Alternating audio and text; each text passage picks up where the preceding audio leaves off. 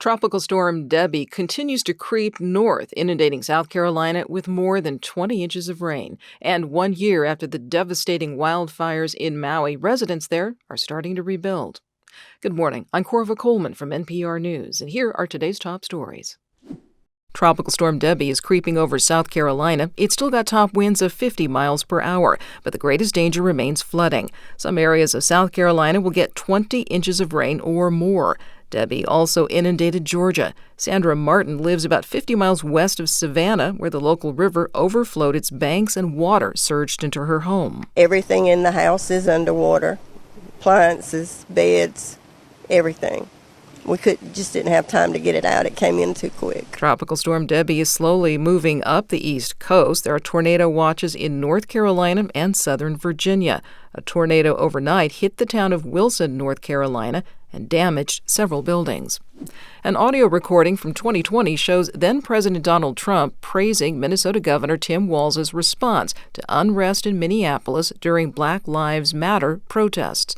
As NPR's Danielle Kurtzleben reports, the tape complicates one of Trump's main lines of attack on the Democratic vice presidential nominee. The audio, first reported by ABC News, was also posted by the Harris campaign's account on X. I know Governor Walz is on the phone, and we spoke, and I fully agree with the way he handled it the last couple of days. I asked him to do that. Republicans have been attacking Walz for his response to a wave of sometimes violent protests in Minneapolis.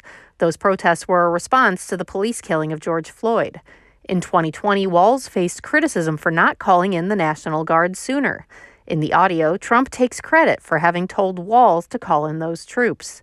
Danielle Kurtzleben, NPR News. Former President Donald Trump has announced he'll hold a press conference this afternoon at his Florida resort, Mar-a-Lago. This comes a day after his running mate, J.D. Vance, claimed Democratic presidential nominee Kamala Harris isn't talking to the media. The head of the National Transportation Safety Board says the in-flight loss of a door plug on a Boeing jet in January was completely avoidable.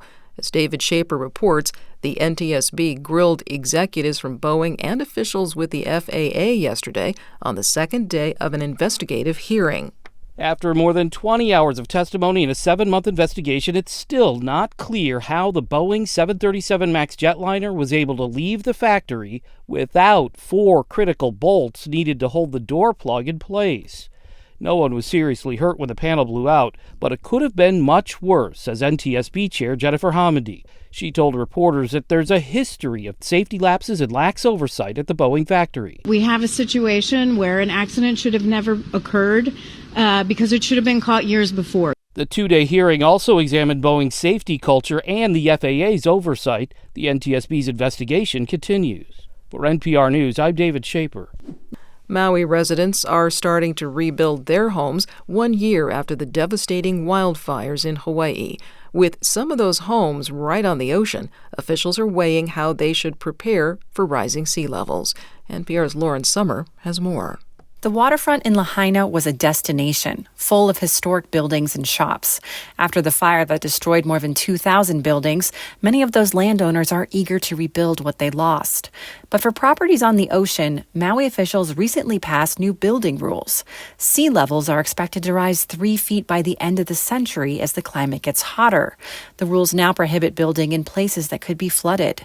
In Lahaina, officials say they'll be working with landowners one-on-one to determine what can be built, so the town will be better at withstanding future disasters.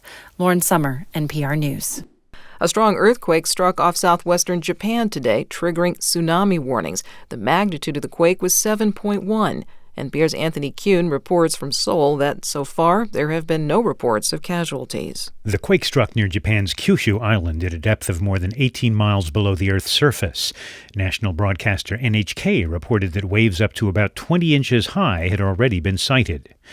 Prime Minister Fumio Kishida instructed officials to keep the public informed, evacuate residents if necessary, and prioritize saving lives. Japan's meteorological agency warned of more possible quakes in the coming days. On the first day of this year, a 7.6 magnitude quake struck off the west coast of Japan's Noto Peninsula, killing more than 280 people. Anthony Kuhn, NPR News, Seoul. You're listening to NPR News from Washington.